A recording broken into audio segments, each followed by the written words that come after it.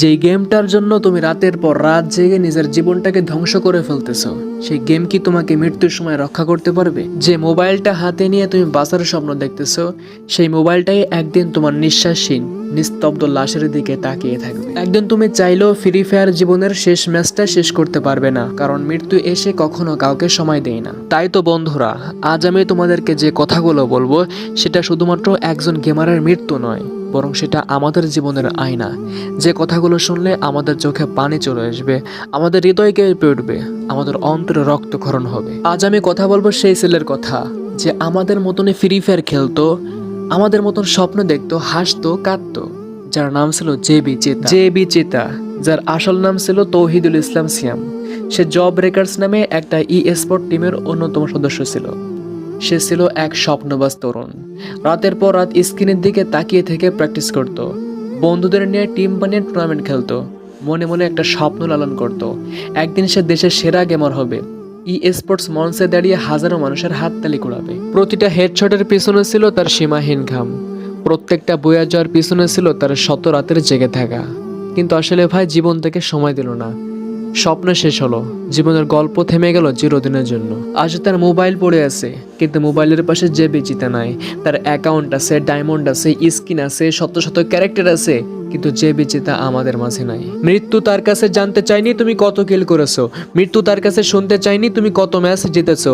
এমনকি মৃত্যু তাকে সময় পর্যন্ত দেয় নাই শেষ ম্যাচটা শেষ করার জন্য। মৃত্যু চুপচাপ এসেছে আর আমাদের মাঝ থেকে তাকে ছিনিয়ে নিয়ে গেছে। তাহলে ভাই, আমরা কি একটিবারের জন্য ভেবে দেখতে পারি না, যে গেমটা নিয়ে আমরা রাত দিন ব্যস্ত, সেই ফ্রি ফায়ার গেম কি মৃত্যুর সময় আমাদের পাশে দাঁড়াবে? এই স্কিন, এই ক্যারেক্টার, শত শত বান্ডেল, এগুলো কি কবরের আযাব থেকে আমাদেরকে রক্ষা করতে পারবে? যে বিচিতা ওরফে তৌহিদুল ইসলাম সিয়াম মারা গেছেন। তার মা হয়তো এখনো বসে আছেন কোনো এক কোণে, তাকিয়ে আছেন সেই দরজার দিকে আর ভাবছেন, আমার ছেলে এখন ঘরে ঢুকবে আর বলবে, মা আমাকে খাবার দাও। কিন্তু প্রকৃতপক্ষে সেই ডাক আর কখনো শোনা যাবে না।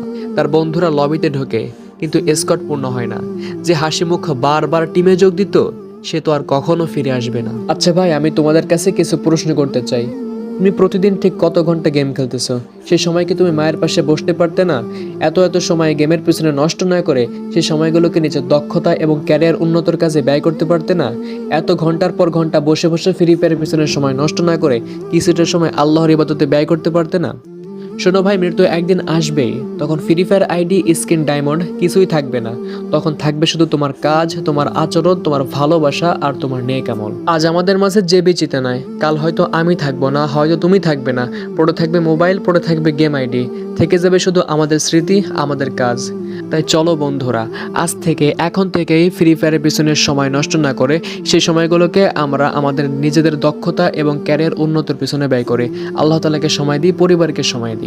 RIP জেবি চিতা ওরফে তৌহিদুল ইসলাম সিয়াম। আমরা তোমার মৃত্যুতে সবাই শোকাহত।